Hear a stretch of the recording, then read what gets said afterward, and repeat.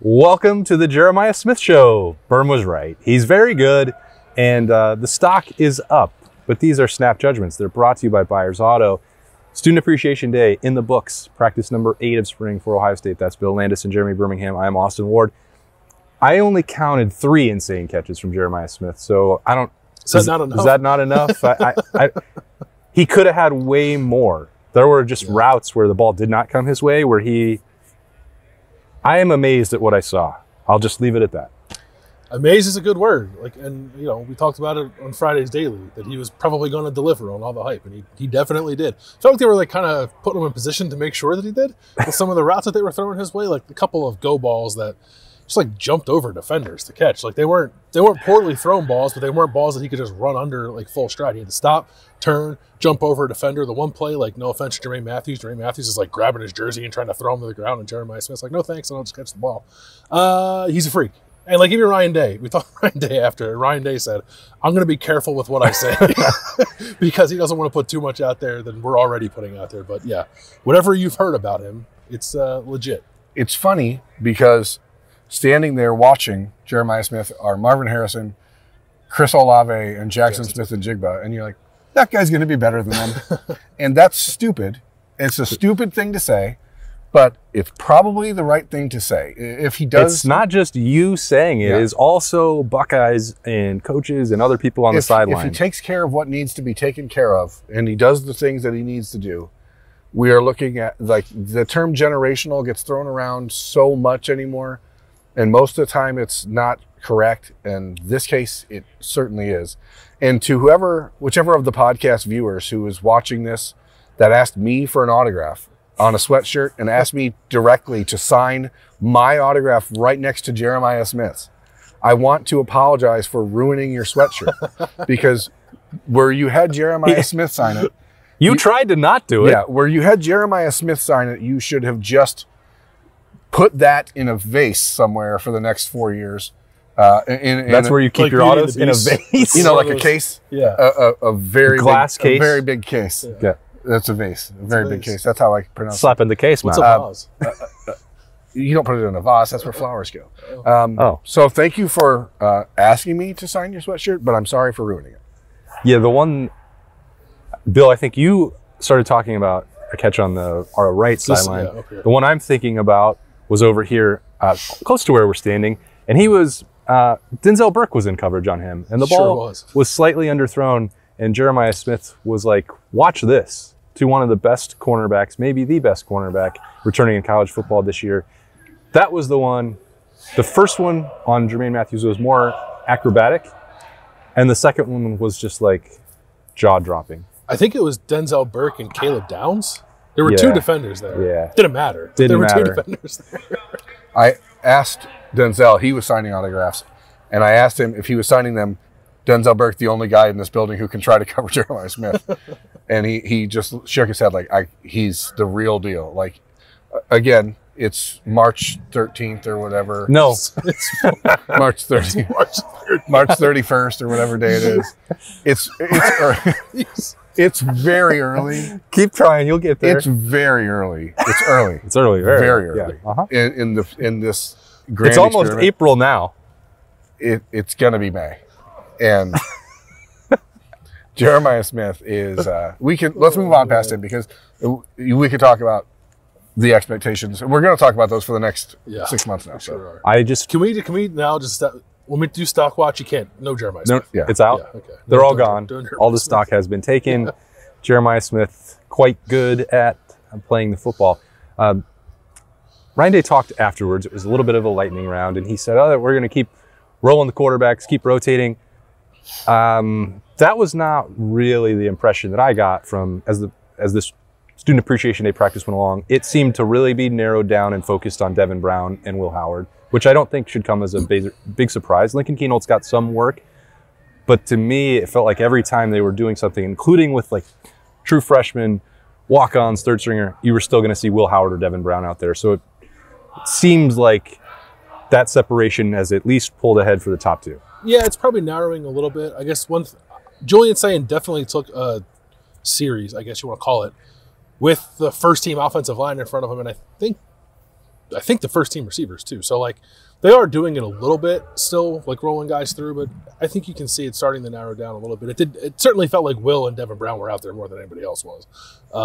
And Aaron Nolan didn't get, I don't think, got any team reps, but Ryan Day also said that maybe he's dinged up a little bit and they're maybe trying to hold him out of stuff. He did do some 7-on-7, but he didn't do a whole lot today. It does feel like, I mean, not that it's surprising, but it's Will Howard or Devin Brown is going to be this team's starting quarterback in the fall. And I thought Will Howard looked more composed, like more just kind of like on both feet than maybe he was when we were out here earlier in spring practice, which is to be expected from a guy who's as experienced as he is. But Ryan Day seemed to suggest that he felt that way too, I think, in an answer to your question. Like he's starting to figure it out a little bit to the point where he lost his black stripe after the scrimmage today. Yeah. I asked a couple of the guys after that, and they were like, we don't know who the quarterback is. They said they're doing a good job keeping it a secret even from them. So I talked to a couple offensive linemen. They're like, we don't know. They don't get a hint of who they. I thought that Devin Brown had some good moments today. I thought Will Howard had good moments. I agree that you can see those two separating from the pack, and there's a lot of discussion about Julian Sayin and whether or not he was in the position to maybe be like to force his way into that conversation. I wouldn't suggest that after today. It doesn't look that way. So I would push back on that a little bit. He got one reps. Yeah, he's got talent. It doesn't seem like they're going to give him the same number of opportunities to get into that conversation. Yeah. But he throws a very pretty ball. That's undisputed. He actually had what I thought was the best throw of the day, which was like in 7-on-7. He like looked off a linebacker, carried it in a window, and then ripped the ball down the middle of the field to Emeka Egbuka, and that was like, that's what it's supposed to look like. Yeah, I mean, you look at this team, and I was talking with Austin while Bryson Rogers had a 70-yard touchdown, and then there was another 50-yard pass to Emeka Egbuka where he caught it over Caleb Downs on a really great catch. Mm-hmm. Like, you almost get the sense that this offense could be a lot of bunt, homer type of deals, because I don't know that if you look at the intermediate passing game, that's really these quarterbacks' strength. Mm-hmm. But if you can just hammer the run with Travion Henderson and Quinshon Judkins and Dallin Hayden and whoever else is back there, and then you have the Emeka Egbuka, it seems like. You got a couple cars. The deep threats are there, and like we've been looking for that deep threat, and we've tried to find ways to force it into being Jaden Ballard or Carnell Tate, but like it might be Jeremiah Smith, and that changes everything because you don't have to make like a niche player be the deep threat. You don't have to find a gadget guy to put him, like it may be him because he's. I thought you were done talking about him. I mean, I'm just saying like the entire offense can shift if he's what it looks like he is. And he is. The Sayin conversation, that was a great throw there. It wasn't me questioning the talent, the passing ability. Just the number of reps, it does feel like Ohio State has made some sort of conscious decision which direction they're going. Because if you were saying, well, let's just talk about the best throws of the day. Julian Sayin, I don't know if that one I thought was number one, but the top two would have been that throw from Sayin and Lincoln Kienholz threw a seam ball into like a whole triple coverage in the zone. I don't know. It wasn't triple coverage on Jelani Thurman, but there were three defenders around the area, and Lincoln Kienholz fit that in there. Like, I would say the two best throws out of the entirety of the day came from guys who are not really in the battle to start at quarterback based on what we saw, at least on Saturday. So that's not a knock on what Devin Brown or Will Howard did either. Just like the ones that really jumped off the page were the other guys, which is a reminder of how much depth and talent there is overall at quarterback for Ohio State. Who threw the ball to Bryson Rogers? Devin Brown. That was Devin. And then Will threw the wheel route to Quinshon Judkins that also went for a touchdown. Correct. So they all had explosive plays on a day where they weren't really tackling. So, yeah. Also, some of Will Howard's best throws wound up being to like walk-ons or. It did feel like Will Howard was out there a lot with guys who are non-scholarship players or just like really down the depth. He took this deep shot and it was like, oh my God, he ripped that. It was perfect and it was right there and it was like off the hands of someone who I've never heard of before. Yeah. It was a walk-on receiver. Yeah. I remember that throw.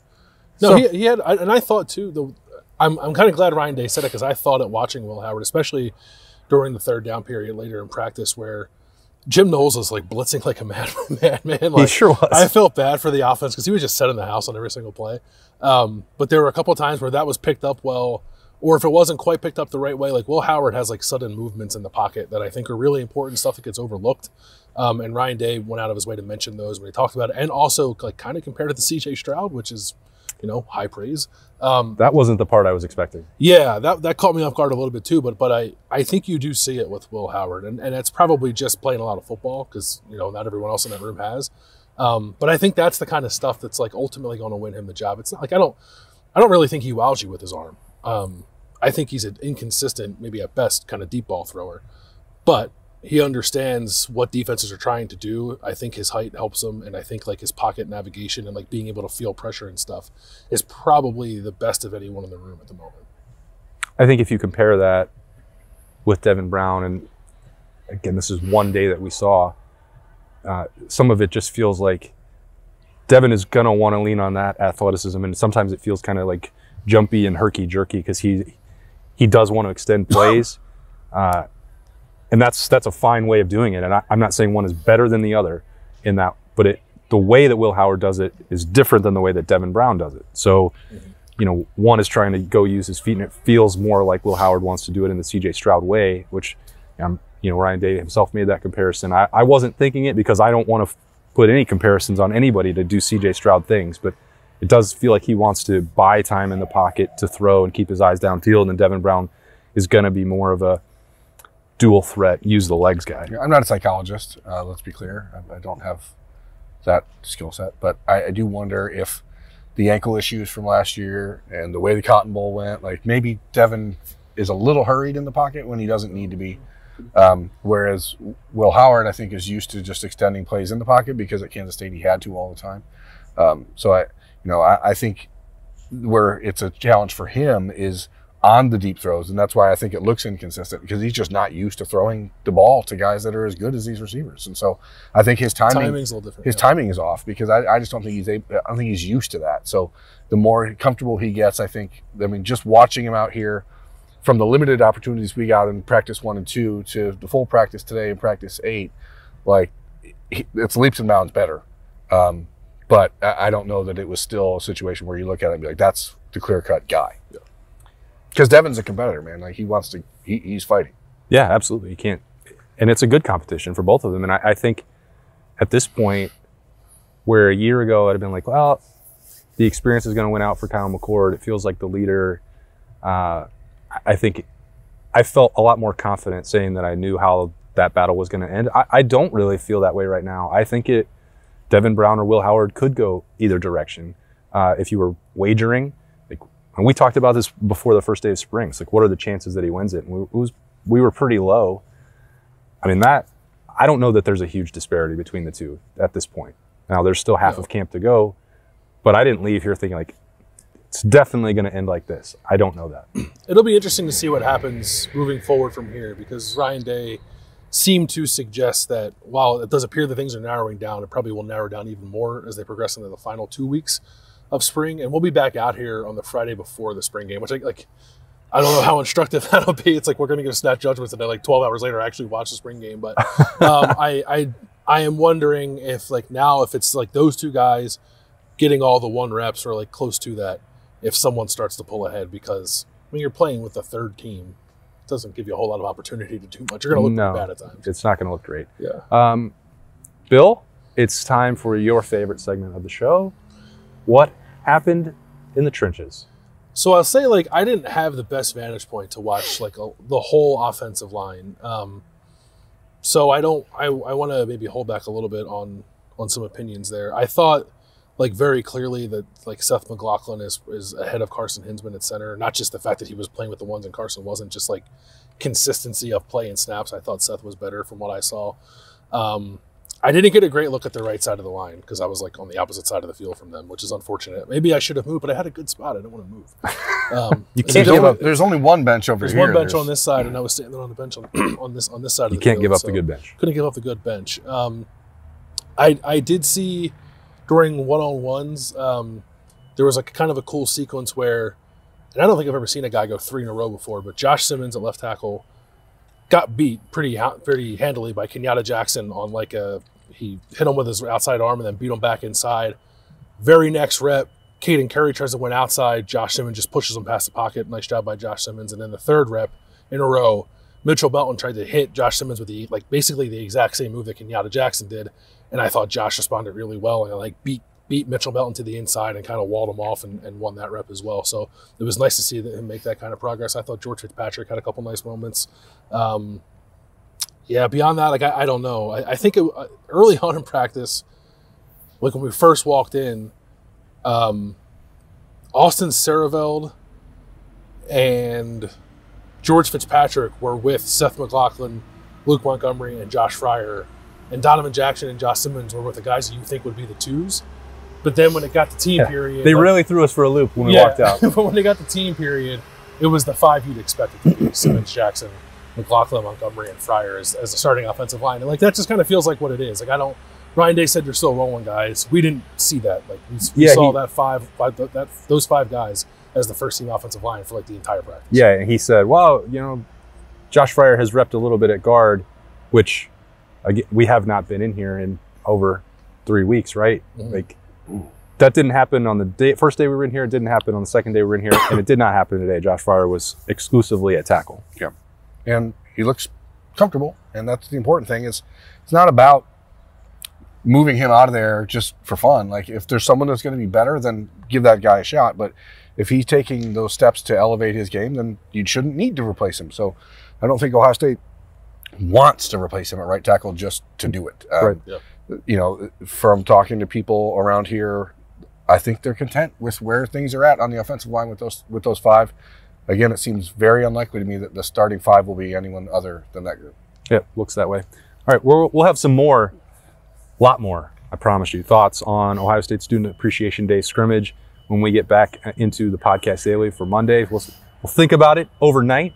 We'll muse on it a little bit, and then we'll come back on Monday to talk about a few more guys that we didn't get to today on Snap Judgements, which are brought to you by Buyers Auto. That's Bill Landis, Jeremy Birmingham. I'm Austin Ward. Thanks for joining us. We'll talk to you again on Monday.